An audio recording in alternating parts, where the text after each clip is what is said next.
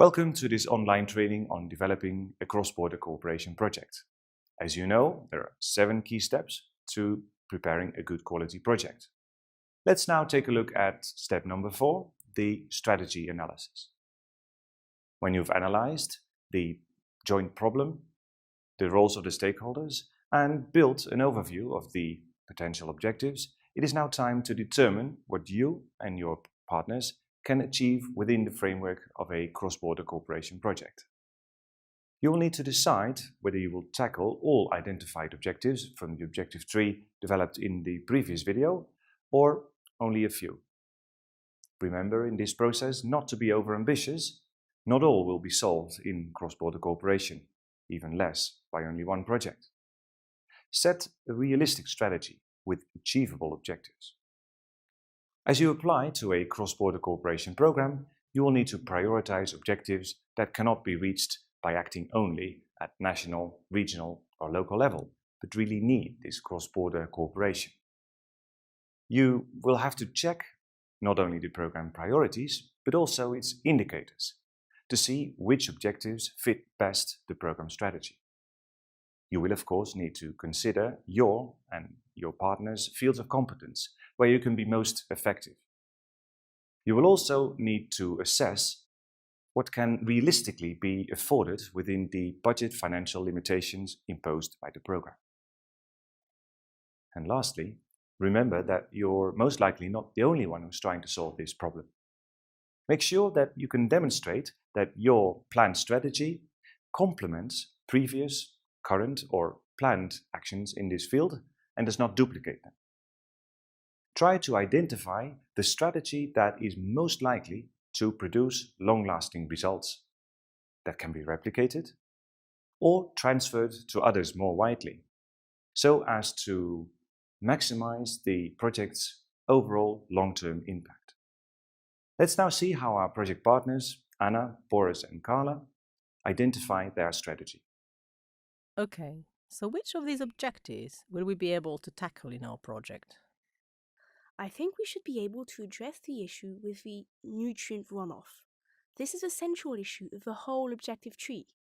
It should not take too much budget, the main investment being in testing equipment. Well, but if we have to buy this for every farmer, it will be very expensive. We are talking about a few hundred farmers and thousands of euros per item. Well, we even have stronger budget restrictions in the case of sewage and wastewater treatment investments.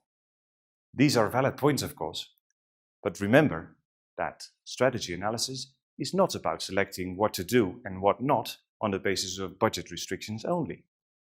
Look, for instance, at cross-border added value or the competences of your organizations. Okay, I see.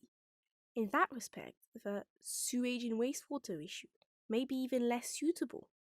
Looking at it from that angle, I'm afraid enforcement is not that suitable either. This is not really in our realm of competence.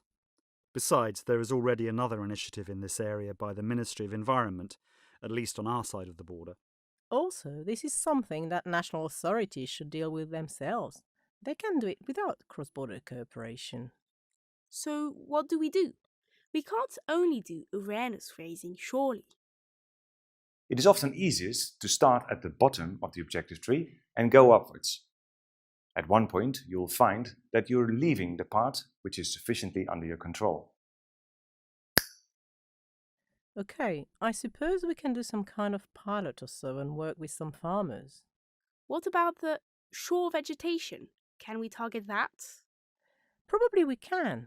It may not be extremely expensive, and if we can engage the property owners and make it sufficiently attractive for them, it sounds doable. And we cannot leave out the measurement of oxygen and nutrient levels. This is important for awareness raising, but also for monitoring purposes. Otherwise, we won't be able to know if we are moving in the right direction.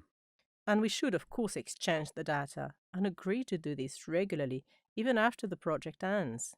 So we'll be able to see what works and anticipate problems and plan further actions.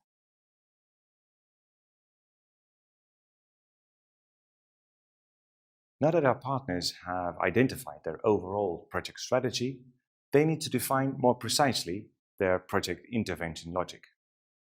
If you would like to have more details on the strategy analysis, please have a look here. Let's now move on to the next step of project development and watch the video on defining the intervention logic.